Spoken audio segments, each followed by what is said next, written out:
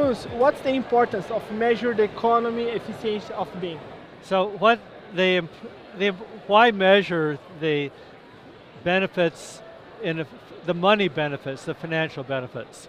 Well, there's a couple reasons. One of them is if it doesn't make sense to, if the use of BIM does not save money or make money, then do something else. So that's one reason, is it just good business. Another important reason is companies have different parts. So part of it is technical, part of it for architecture is the aesthetics, but part of it is the business. And there are things like chief financial officers, and they want to know.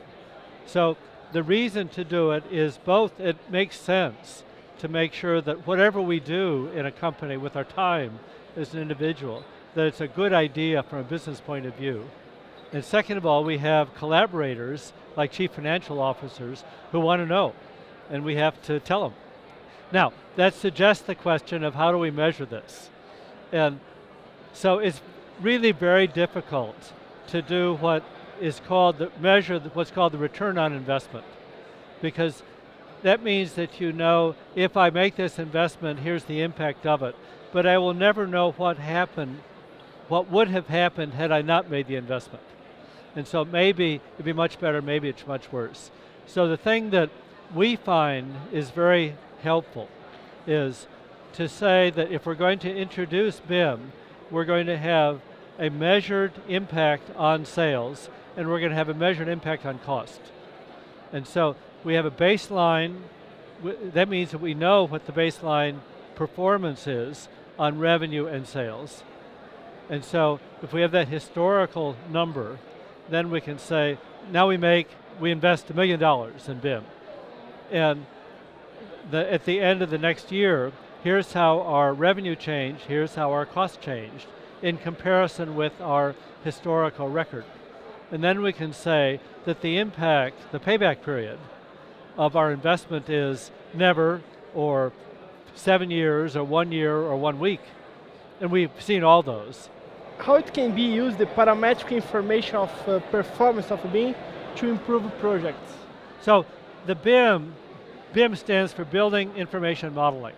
And so the question is, how can we use the I, the information, in BIM? If the actual and the predicted are very good, then we have high conformance, and that means we have a project that's under control. So that's good. Anything we care about that we can measure, the number of things, the cost of them, the amount of time to install them, we can get all of that either directly from the BIM or from programs computer programs, apps, that look at the BIM. And so we can compare the predicted against the actual. And again, what we're looking for is that the predicted and the actual are the same. So the way we can learn is to make these measurements quickly, not just at the end of the job, but make them quick, measure them every week. And then if there's a problem at the end of the first week, we can say, okay, we have this problem now, let's fix the problem so the next week is better.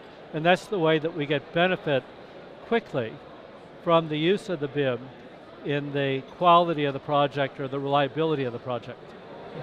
One last question, with the evolution of BIM in the USA market, what kind of changes we can expect for the next 5 years? So the biggest change that I see coming is what in the US we call prefabrication. So to take a rebar cage and make it in a factory and bring it out to the job site, take it off the truck and put it in. To take a door from the factory, we already do that.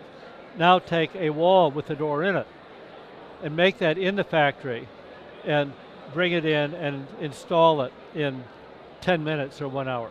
To take a whole bathroom and make the bathroom in the factory and bring it out and install it. The biggest change that I see in the next 5 years is to take the amount of work that we do in the factory with prefabrication, which is now a few percentage of the total. And that's going to increase dramatically in the next 5 years.